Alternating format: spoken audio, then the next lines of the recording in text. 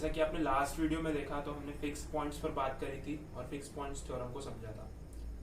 तो recursive sequence को visualise कैसे किया जाए ग्राफ्स पर, मतलब उनकी ट्रैकिंग कैसे की जाए। तो सबसे पहले अगर हम रिकर्सिव सीक्वेंस को डिफाइन कर लेते हैं, उसके एक्सप्रेशन को,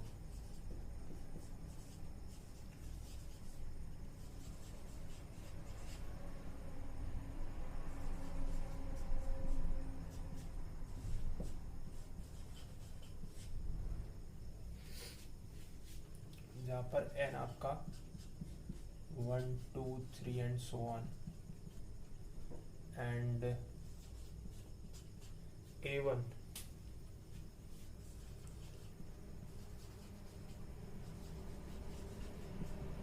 गिवन इनिशियल वैल्यू। ठीक है, तो ये आपका रिकर्सिव सीक्वेंस का एक्सप्रेशन है। तो इसमें हो क्या रहा है, सीक्वेंस का एक फंक्शन है, ये आप नोटिस कर रहे हो यहाँ पर सीक्वेंस का एक फंक्शन है और सीक्वेंस का हर टर्म a1 आपको गिवन है। तो अगर आपको a2 फाइंड करना है, तो आप f ऑफ a1 निकालोगे, है ना। तो फंक्शन जो है वो इवेलुएट करेगा प्रीवियस टर्म को, तब आपका नेक्स्ट टर्म आएगा। वैसे ही a3 a4 a5 an+1 हमने ये इंड्यूस करके लिख दिया। तो इस जो सीक्वेंस हमारी ये आई रिकर्सिव, उसको हम ग्राफिकली कैसे देखें। तो नोटिस करने वाली बात यहाँ पे ये है कि एक तो सीक्वेंस है और उसके ऊपर फंक्शन ऑपरेट हो रहा है ना, दोनों चीजें। तो उन दोनों से ही हम कुछ निकालेंगे ग्राफ में। जैसे यहां पे भी पहले एक कंस्ट्रक्शन करेंगे, मतलब ऐसा ट्रैकिंग ग्राफ का होता ही है रिकर्सिव सीक्वेंसेस में। ये हमने एक्सेस ली और मान लीजिए जो भी हमारा फंक्शन है उसका कुछ ग्राफ बना लिया, ऐसे कुछ ग्राफ बना लिया, जो भी हमारा फंक्शन डिफाइन है ये, और एक लाइन खींच ली y बराबर x, एक लाइन खींच ली। अब यहां पर एक पॉइंटर देना है आपको, वो पॉइंटर है an, an। ठीक है, अभी बस नेमिंग कर रहे हैं, an है और वो लाइन पे तो यही मिलेगा ना, an, an ही मिलेगा, क्योंकि इधर से भी वही करेस्पॉन्ड करेगा, an ही करेस्पॉन्ड करेगा। अभी कंस्ट्रक्शन हो रहा है, ठीक है। तो इतना आपने लोकेट कर लिया और बना लिया ऐसे। फिर क्या करना है, एक वर्टिकल लाइन लेनी है। पहले लाइन पे ये एक आउटपुट मिला, ये फंक्शन का ग्राफ है, ये जो आपका फंक्शन है यहाँ पर, ये उसका ग्राफ है, और एक लाइन हमने खींची y बराबर x, क्योंकि हम फिक्स्ड पॉइंट पढ़ के आए हैं ना। तो अभी आपको पता चलेगा आगे धीरे धीरे कि फिक्स पॉइंट का यूज एक्चुअली है क्या रिकर्सिव सीक्वेंस में। उसके बाद हम एक वर्टिकल लाइन ड्रॉ करेंगे इधर फंक्शन की तरफ, और ये चीज जो होगी वो आपकी हो जाएगी an+1, पूरी किस्मत है। फिर ये लाइन पर आएगी, तो ये पॉइंट जब लाइन पे आएगा तो यहाँ पे मिलेगा ना an+1, ये तो क्लियर ही है, ठीक। तो ये पॉइंट भी क्या हो जाएगा आपका an+1। ये कंस्ट्रक्शन है, अगर किसी को नया लग रहा हो तो उसमें कोई दिक्कत की बात नहीं है। इसको डॉटेड लाइन से शो करें, क्योंकि ये ग्राफ से बाहर की चीज है ना, और यहाँ पर भी डॉटेड ही शो करें, ठीक। तो एक्चुअल जो हमारा रिकर्सिव सीक्वेंस है उसका जो ग्राफ है वो ये है, और ये किसके इन्फ्लुएंस में चल रहा है, ये जो हमारा फंक्शन है, ठीक। अब एक्चुअली ये जो पॉइंटर्स हैं ये डिपेक्ट क्या कर रहे हैं, ये डिपेक्ट कर रहे हैं कि यहां से, मतलब ये जो लाइन है, ये लाइन है यहां तक, अगर ये एक्स एक्सिस है, ये वाई एक्सिस है, अगर आप अपने पेन को ऐसे रखो, ठीक, थोड़ा सा स्केलिंग का प्रॉब्लम हो सकता है इसमें फिगर में, अगर आप थोड़ा सा समझने की कोशिश करना, इमेजिन करने की, अगर आपने ये पेन को रखा है ऐसे, तो इसका ऑर्थोगोनल प्रोजेक्शन आप समझते हो, ये जो मिलेगा इस पे एक्स एक्सिस पे, इसका ऑर्थोगोनल प्रोजेक्शन ये मिलेगा, और इसका ऑर्थोगोनल प्रोजेक्शन इधर ये मिल जाएगा, मतलब ये पूरा जो है रीजन कवर हो जाएगा। तो ये चीज क्या डिनोट कर रही है, ये रिकर्सिव सीक्वेंस के ए एन टर्म को डिनोट कर रही है, मतलब ए एन टर्म यहां तक है, और उसके बाद सिमिलरली ये जो पॉइंटर है, अगर हम ऐसा कुछ स्केलिंग में और इसका ऑर्थोगोनल प्रोजेक्शन एक्स एक्सिस पे देखें या वाई एक्सिस पे जाके देखें, तो ये जो सारे टर्म है ना, जो ए एन प्लस वन तक आए, वो यहां तक की रिकर्सिव सीक्वेंस को डिनोट कर रहे हैं। तो ये एक्चुअल इसका ग्राफ है। अभी मैंने थोड़ा जनरल लिया है ए एन प्लस वन, अभी A1 A2 A3 से भी एक ग्राफ बना के दिखा रहा हूं आपको, तो उसमें थोड़ा और क्लियरिटी आ जाएगी। ठीक है, अभी आप ये समझ गए, एक फंक्शन का ग्राफ है जो सीक्वेंस के ऊपर ऑपरेट हो रहा है ए एन के ऊपर, और उसके अंडर जो है ये रिकर्सिव सीक्वेंस ये चल रही है हमारी, ये जो मूविंग हो रही है ये रिकर्सिव सीक्वेंस की है, ये हमारा फंक्शन का ग्राफ है, और ये y बराबर एक्स लाइन हमने कंस्ट्रक्ट की है। अभी उसका यूज यहाँ पे कैसे आएगा, मतलब ये लाइन हमने क्यों ड्रॉ करी, क्योंकि हम फिक्स पॉइंट पढ़ के आए हैं, तो अभी हम बताएंगे आपको इसके मतलब नेक्स्ट ग्राफ में इसका यूज क्या है।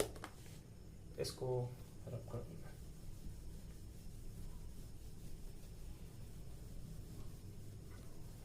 काफी इंटरेस्टिंग है ये चीज, इसका जो ग्राफिकल नेचर अगर आपको विजुअलाइज हो जाए तो काफी इंटरेस्टिंग है। अभी एक चीज मैं बताऊंगा जो आप लोग करते हो, मतलब ज्यादातर सॉल्विंग में, वो एक्चुअली यहीं से आ रही है।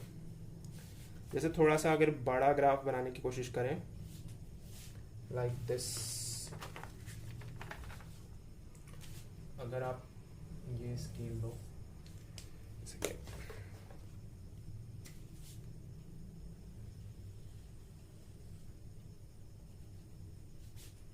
ये स्केलिंग लिया आपने, ठीक है, और कोई भी मान लो आपका ये फंक्शन है, ऐसे कुछ फंक्शन हो गया, ऐसे रैंडम कोई फंक्शन है जो मतलब ये डिफाइन कर देता है आपका रिकर्सिव को ऐसे, ठीक है, और a1 आपकी कुछ इनिशियल वैल्यू है,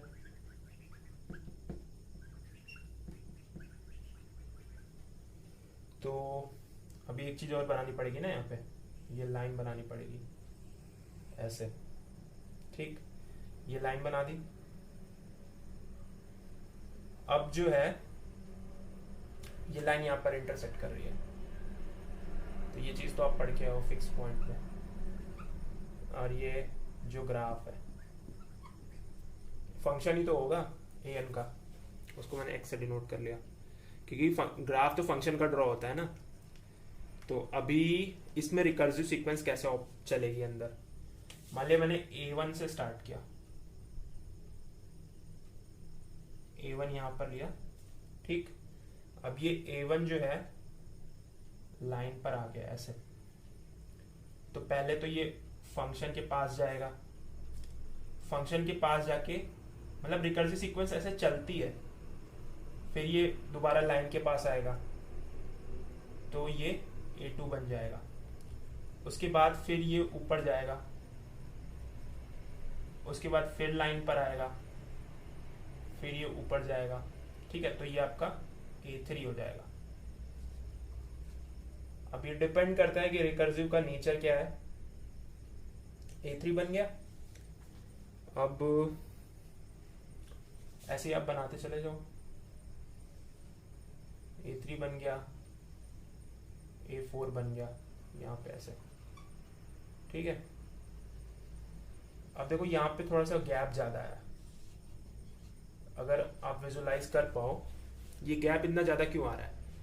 मान लो कोई हम जैसे नॉर्मली ग्राफ से आप जज मत करना उसको, जैसे हम ये सीक्वेंस लेते हैं ए एन बराबर √3n, ऐसी सीक्वेंसेस आपने सॉल्व करी होंगी, ठीक। ए एन कुछ भी ले लिया, ए एन कुछ भी है, मान लो अभी ए वन मान लो 1 ले लिया मैंने। तो इसमें जब हम इसके टर्म्स निकालने जाएंगे तो स्टार्टिंग के टर्म्स जो हैं जैसे A1 A2 A3 A4 जितने आप निकालोगे तो स्लाइटली थोड़ा पास पास रहेंगे ना, पास पास सिचुएटेड रहेंगे सारे टर्म, मतलब ये देख रहे हो ना आप, एडजेसेंट है। फिर एकदम से थोड़ा बड़ा गैप आया, इसका मतलब है कि रिकर्सिव सीक्वेंस के टर्म्स के बीच में थोड़ा बड़ा गैप आ गया। आप जब निकालना शुरू करते हो ना तो आप ऑब्जर्व करते हो कि टर्म्स के बीच का जो गैप है वो बढ़ गया। अगर एक्यूरेटली तो नहीं, मतलब मैं अगर निकाल रहा हूँ, अगर कोई वैल्यू मिल रही है 2 4 3 तो यहाँ पे थोड़ी ज़्यादा मिल जाएगी, 8 9 3 मिल जाएगी, ऐसे कुछ मिल जाएगी, तो इतना गैप हो गया, ठीक। अब इसके बाद यहाँ से जो होगा, इसके बाद तो ये बाहर जाएगी ना फंक्शन के बाहर जाएगी, फिर ये लौट के इस पे आएगी, ठीक। फिर ये लाइन की तरफ आएगी और ये फिर फंक्शन पर जाएगी, फिर ये लाइन की तरफ आएगी, ठीक है। मतलब ये या फंक्शन से लाइन की तरफ आएगी ना बार बार। तो ऐसे ही इसका जो नेचर होगा वो रिकर्सिव नेचर होगा सीक्वेंस का। तो इसमें फिक्स्ड पॉइंट का क्या रोल है, ये तो हो गया कि आपकी रिकर्सिव सीक्वेंस का ग्राफ का विजुअलाइजेशन, कि रिकर्सिव सीक्वेंस मूव कैसे करती है। अब मान लो कोई रैंडम सीक्वेंस है, वो थोड़ा ज़्यादा रिकर करी तो वो इसमें ऐसे ऐसे ऐसे घूमती चली जाएगी ना, ऐसे ऐसे ऐसे ऐसे होती चली जाएगी, ऐसे करके पूरा घूमते घूमते घूमते घूमते, ठीक। ज़्यादा रिकर करेगी, कॉन्टिन्यूसली रिकर करेगी, और इनके पाथ्स जो हैं इसी टाइप के होते हैं जो रिकर्सिव सीक्वेंसेस फॉलो करती है। तो अभी आप देखो फिक्स्ड पॉइंट का क्या रिलेशन है, मतलब हम फिक्स्ड पॉइंट इसमें क्यों इंट्रोड्यूस कर रहे हैं।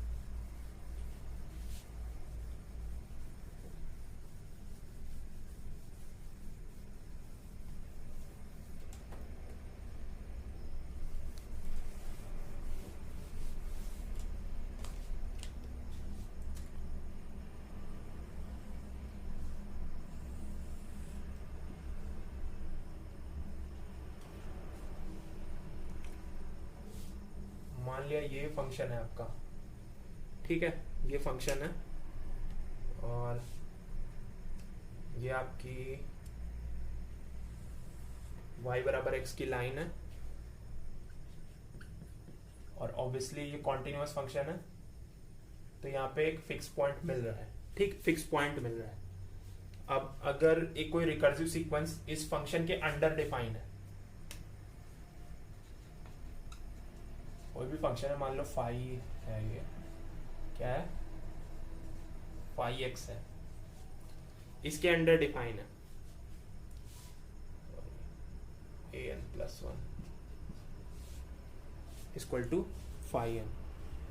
तो यहां पर जो है, मान लिया हमने यहां से स्टार्ट किया, a1 जो है वो ये था इनिशियल वैल्यू, a1 यहाँ पे ये ली, तो सीक्वेंस रिकर्सिव यहां तक आई, ठीक। फिर ये इधर गई, फिर एकदम से बड़ी ऊपर, फिर इधर आई, ठीक। अब यहाँ पे नेचर देख रहे हो कितना मतलब गैप आ रहा है टर्म्स के बीच में। फिर इधर आई, फिर लाइन की तरफ गई, है ना।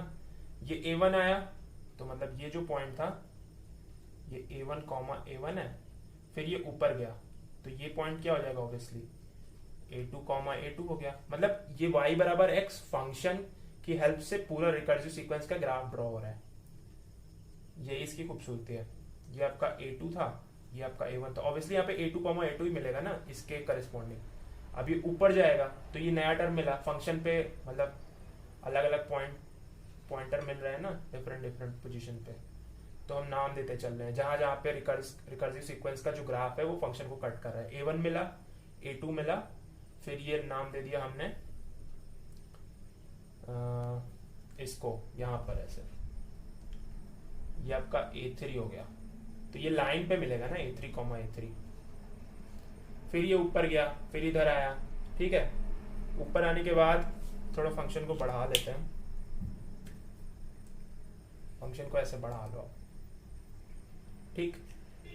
तो ये लाइन पे गया और उसके बाद ये जो है वापस इस पे आया, फंक्शन पे आया। फंक्शन के आने के बाद ये फिर लाइन की तरफ जाएगा, फिर फंक्शन पे जाएगा, फिर लाइन पे आएगा, फिर फंक्शन पे जाएगा, फिर लाइन पे आएगा, फिर फंक्शन पे जाएगा, फिर लाइन पे आएगा, फिर फंक्शन पे जाएगा, फिर लाइन पे आएगा, फिर फंक्शन पे जाएगा, फिर लाइन पे आएगा, और इवेंचुअली ये फिक्स्ड पॉइंट पे आके कन्वर्ज कर जाएगी सीक्वेंस। तो आप देख रहे हो ये जो हमको इंटरसेक्शन पॉइंट मिला, मतलब ये जो भी है अल्फा, तो अल्फा पे क्या हो रहा है, सीक्वेंस कन्वर्ज कर रही है। तो एक रिकर्सिव सीक्वेंस कॉन्टिन्यूअस रिकर जो कर रही है, ठीक है। यहां से एक बड़ा स्टेटमेंट हमको मिल रहा है कि ये जो कॉन्टिन्यूअस रिकरेंस हो रहा है, limit of continuous reoccurring sequence must be a fixed point। Fixed point कहीं भी मिल सकता है ना, पर होगा फिक्स्ड पॉइंट, ठीक। अब ये तो स्टेटमेंट हो गया। अब बात रही हम ग्राफ से लिमिट की तरफ प्रोसीड कर रहे हैं। ग्राफ तो आपने समझ लिया, लेकिन ग्राफिकल में ही मैंने समझाया कि रिकर्सिव सीक्वेंस की लिमिट क्या होती है। अब आप लोग एक बचपना करते हो, जैसे कोई सीक्वेंस है, मान लो यही लेट कर लो आप, जो मैंने स्टार्ट में ली थी an+1। अभी बहुत सारे एग्जांपल्स करवाऊंगा मैं, 3an, अच्छे एग्जांपल, ये तो बच्चों वाली है। an+1 = 3an, ठीक है। तो हम लोग क्या करते हैं कि इसको l और l पुट कर देते हैं, बढ़िया। और यहां से क्या आ जाएगा, l², सॉरी ये 3l, तो यहां से आ जाएगा आपका l² बराबर 3l, तो l का वैल्यू 0 और 3 आ जाएगा। अब देख लेंगे कि सीक्वेंस किधर, मतलब इसके टर्म्स निकाल के देख लेंगे, a1 a2 a3 निकाल के देख लेंगे, 3 टर्म की इंक्रीज कर रही, डिक्रीज कर रही, उधर कन्वर्ज कर जाएगी। पर एक्चुअली ये जो चीज आप कर रहे हो ना, ये यही चीज तो है। जब आप ये फंक्शन ले रहे हो, ये जो डिफाइंड है, ये क्या है, ये √3x ही तो है, ठीक है। ये एक टाइप का फंक्शन ही तो है, f(an) ही तो है। समझने की कोशिश करो आप। जो आप ये l पुट कर देते हो, वो एक तरीके से आप फिक्स्ड पॉइंट ही निकाल रहे हो उसके, और वही फिक्स्ड पॉइंट एक तरीके से उसकी लिमिट बन जाते हैं। तो वो जो l पुट कर देते हो ना, उसका सही मतलब ये है कि कोई मतलब रिकर्सिव सीक्वेंस कॉन्टिन्यूअसली रिकर करती है, और वो ऐसे जब रिकर करेगी तो वो फिक्स्ड पॉइंट पर कन्वर्ज करेगी। तो यहाँ पे भी तो वही करते हैं, ये an+1 3an हुआ, तो यहां से हमको फंक्शन क्या मिल रहा है, फंक्शन आपको मिल जाएगा √3x, और इस फंक्शन का मतलब मान लो ये फंक्शन √3x का, मतलब कुछ भी ग्राफ है √3x का, उसका फिक्स पॉइंट निकालना है। तो जाहिर सी बात है आप उसको x के इक्वल रखोगे। अभी लास्ट वीडियो में हमने देखा, तो वही चीज तो यहाँ पे लिखी है, l आपने डिनोट कर दिया है, यहाँ से भी वही वैल्यूज आ जाएंगी। तो अभी हम इसके बारे में आगे बात करेंगे कि कैसे फिक्स पॉइंट निकाले जाते हैं। तो ये आप देख सकते हो, ये हो गई आपकी लिमिट, मतलब ऐसे आप देख सकते हो ग्राफिकली कैसे दिखाई जाए। अब हम बात करते हैं एक इम्पोर्टेंट चीज की, जैसे थोड़ा सा नेचर है, एक लिमिट के ऊपर जब बात कर रहे हैं, थोड़ा सा लिमिट पर प्रोसीड करते हैं। अब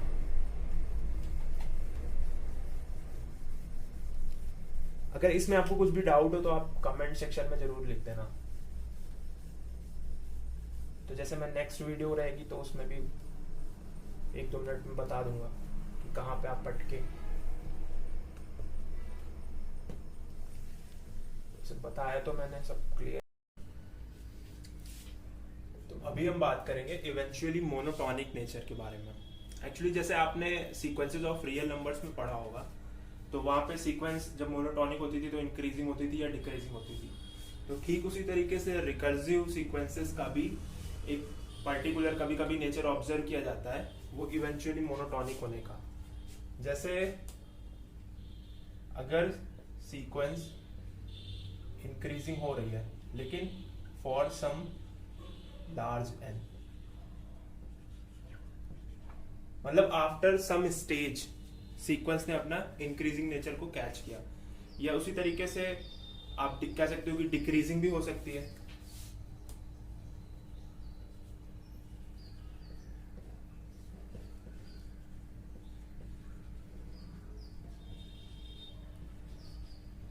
तो ये जो नेचर है ये रिकर्सिव में पाया जाता है सीक्वेंसेस में, उनकी मोनोटोनिसिटी में। आपने अगर टर्म्स कभी इवेलुएट किए होंगे तो ऐसा होता है कि बहुत स्लाइड डिफरेंस आ रहा होता है टर्म्स के बीच में, लेकिन उसके बाद एकदम से सीक्वेंस जो है वो इंक्रीज करना शुरू करती है।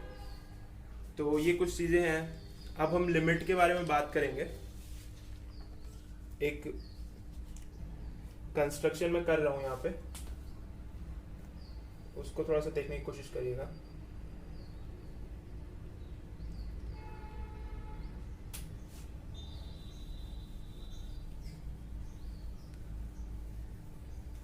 जैसे हमने फिक्स्ड पॉइंट थ्योरम में किया था, कुछ वैसा ही। ये 2 सेगमेंट्स हैं ग्राफ के,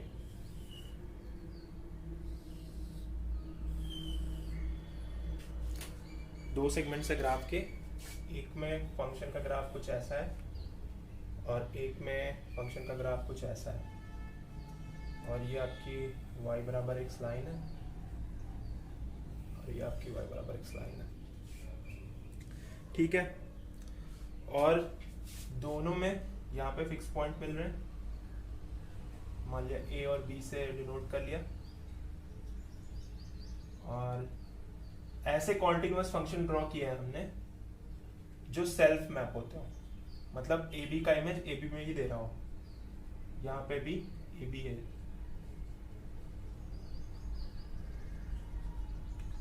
तो यहां से आपको बहुत अच्छे ऑब्जर्वेशन मिलेंगे। अब अगर यहां से रिकर्सिव सीक्वेंस स्टार्ट हुई, मतलब पहला इनिशियल टर्म जो हम लेते हैं यहाँ पे लिया फिक्स पॉइंट के बीच में। अब देखने वाली बात है कि ए और बी के बीच में कोई भी फिक्स पॉइंट नहीं है, ए और बी के बीच में कोई भी फिक्स पॉइंट नहीं है,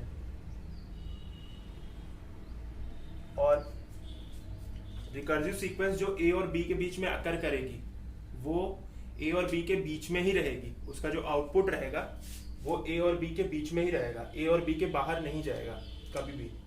तो अगर A1 यहां से स्टार्ट होता है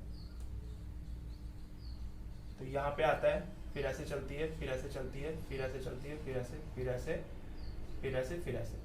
तो आप ये देख रहे हो, पहली बात तो जो फंक्शन का ग्राफ है,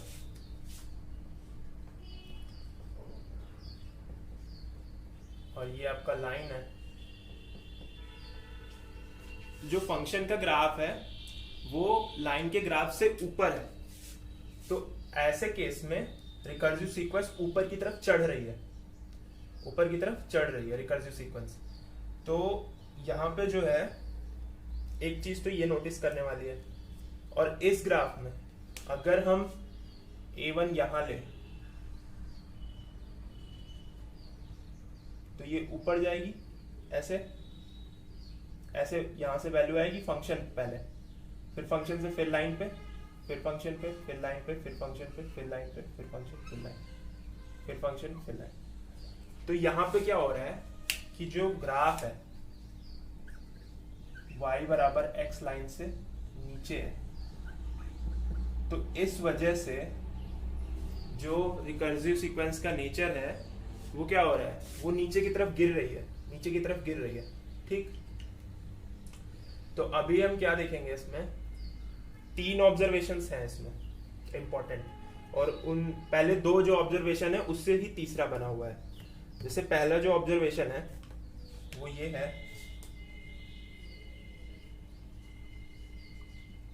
no fixed points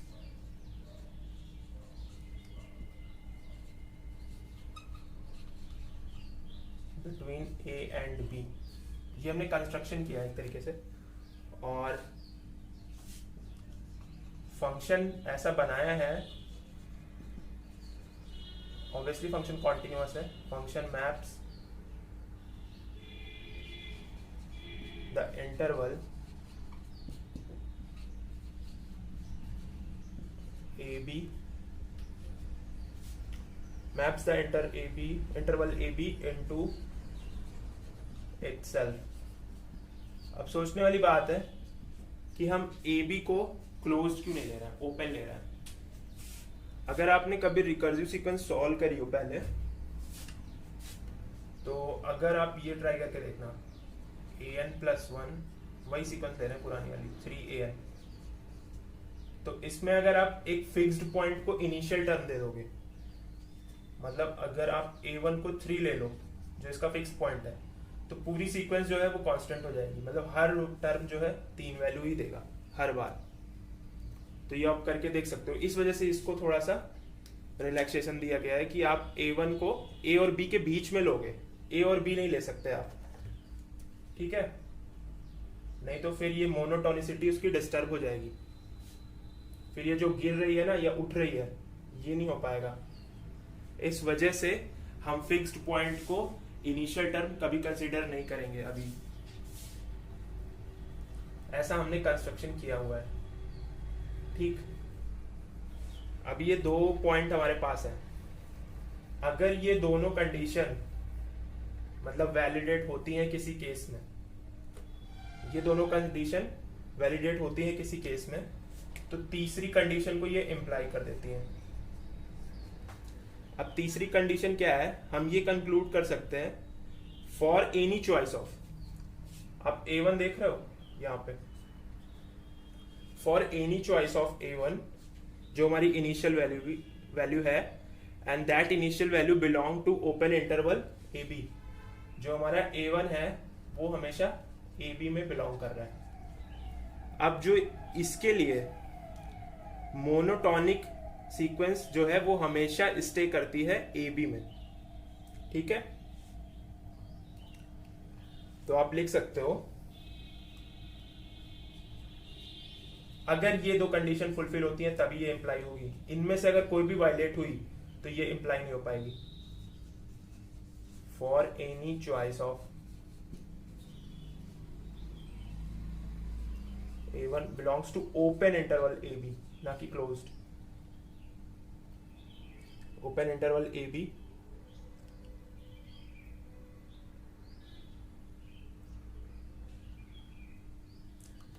we obtain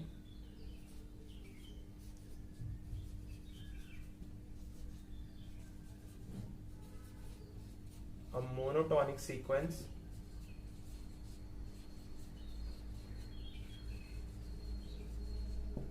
which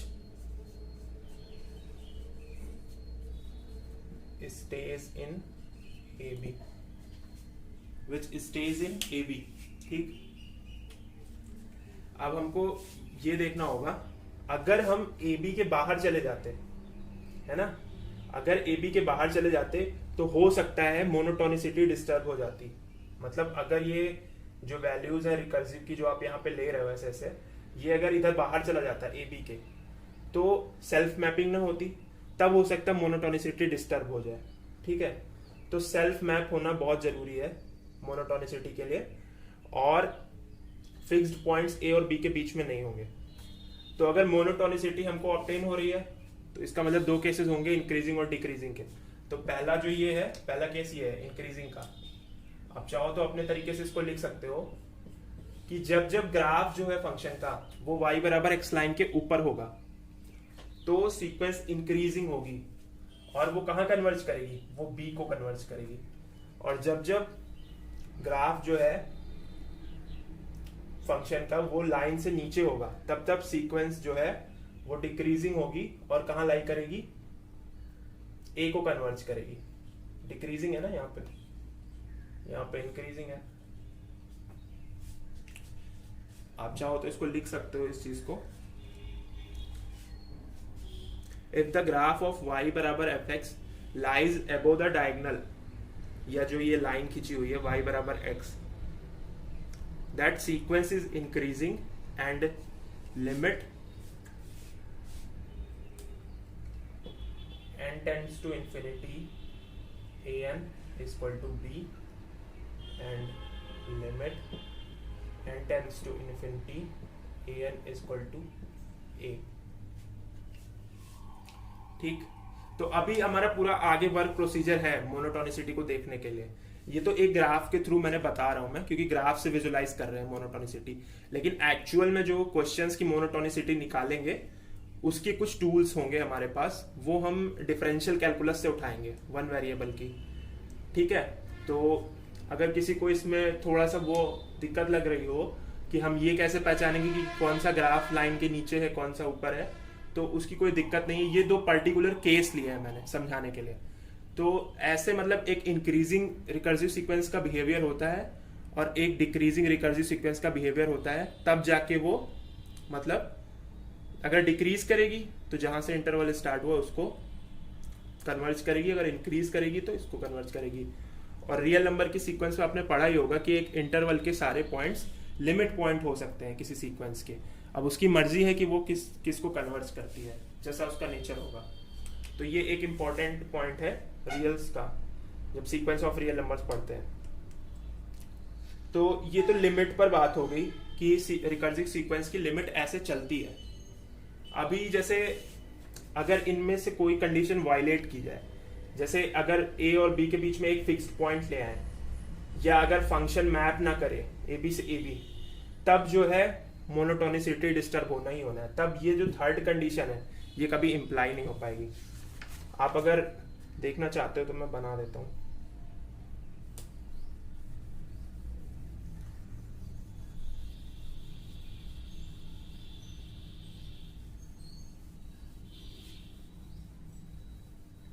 जो फंक्शन इंटरवल को सेल्फ मैप कर रहा है वो इसलिए कर रहा है ताकि फंक्शन की जो रिकर्सिव सीक्वेंस की मोनोटोनिसिटी है वो डिस्टर्ब ना हो।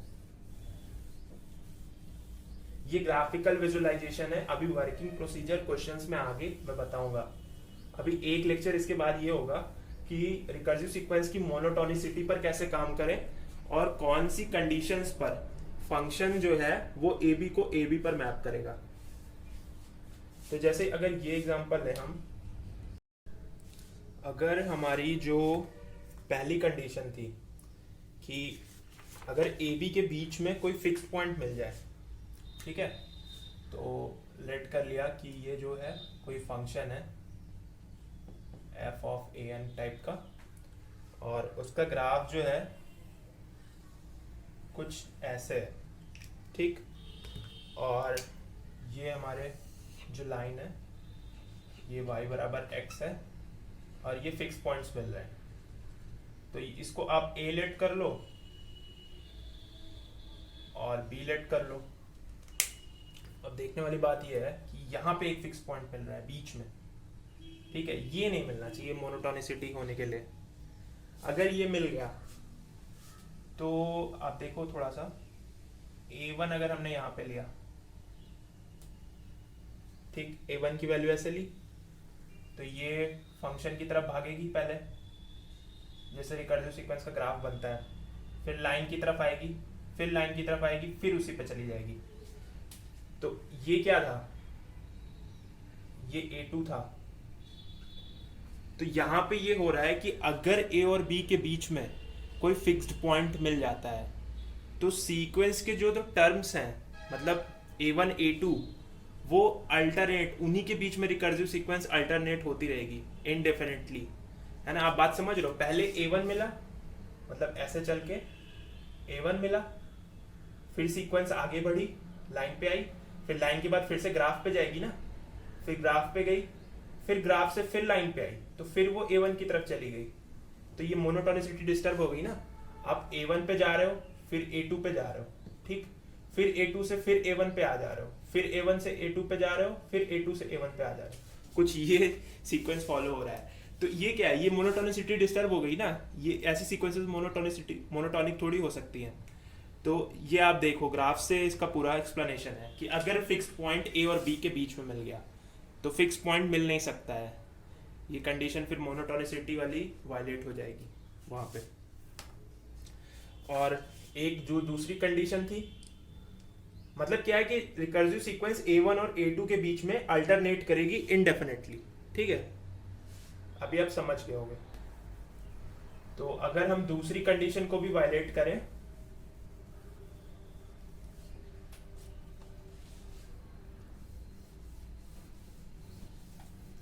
मतलब कोई फंक्शन ऐसे लेट करें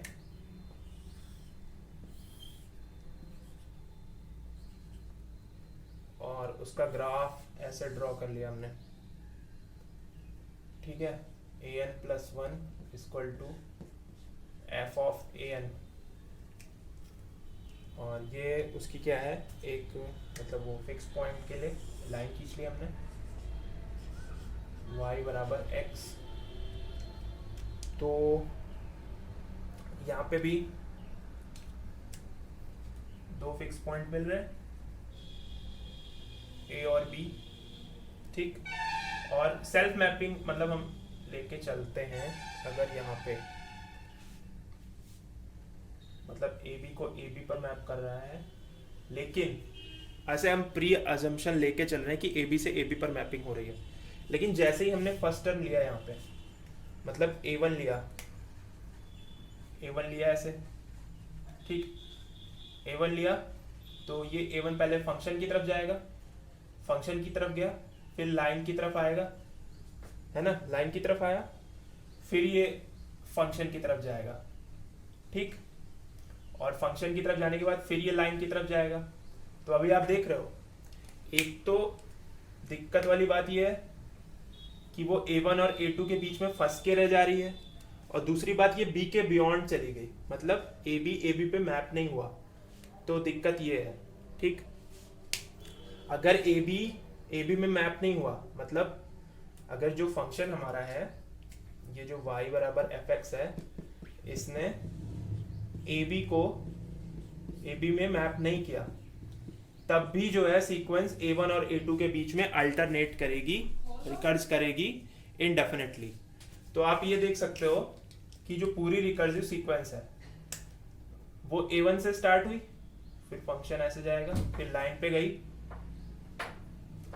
फिर लाइन पे जाने के बाद फिर फंक्शन पे आई, फिर वो A1 पे आ गई। तो जो पूरी रिकर्सिव सीक्वेंस है वो A1 A2 के बीच में रिकर्स करेगी इनडेफिनेटली या अल्टरनेट करेगी। अल्टरनेट इनडेफिनेटली का मतलब है कि पहले जैसे A1 वैल्यू अटेन हुई तो वो फिर से A2 मिलेगी, फिर A2 से A1 पर आएगी, फिर A1 से फिर A2 पे जाएगी, फिर A1 पे जाएगी। तो ये प्रोसीजर चलता रहेगा। तो इस वजह से अगर फंक्शन ने AB को AB पर मैप नहीं किया तो फिर से जो हमारी मोनोटोनिसिटी है वो डिस्टर्ब हो जाएगी। तो ये वो दो कंडीशन जो हम अगर वायलेट कर देते तो हमको रिकर्सिव सीक्वेंस की मोनोटोनिसिटी ना मिलती। तो थैंक यू, ये लेक्चर यहीं तक था। अब नेक्स्ट वीडियो में मैं मोनोटोनिसिटी पर बात करूंगा और पूरा एक वर्किंग मॉडल दूंगा कि आपको डील कैसे करना है रिकर्सिव सीक्वेंस, एक्चुअली मतलब सॉल्विंग कैसे करनी है क्वेश्चंस की।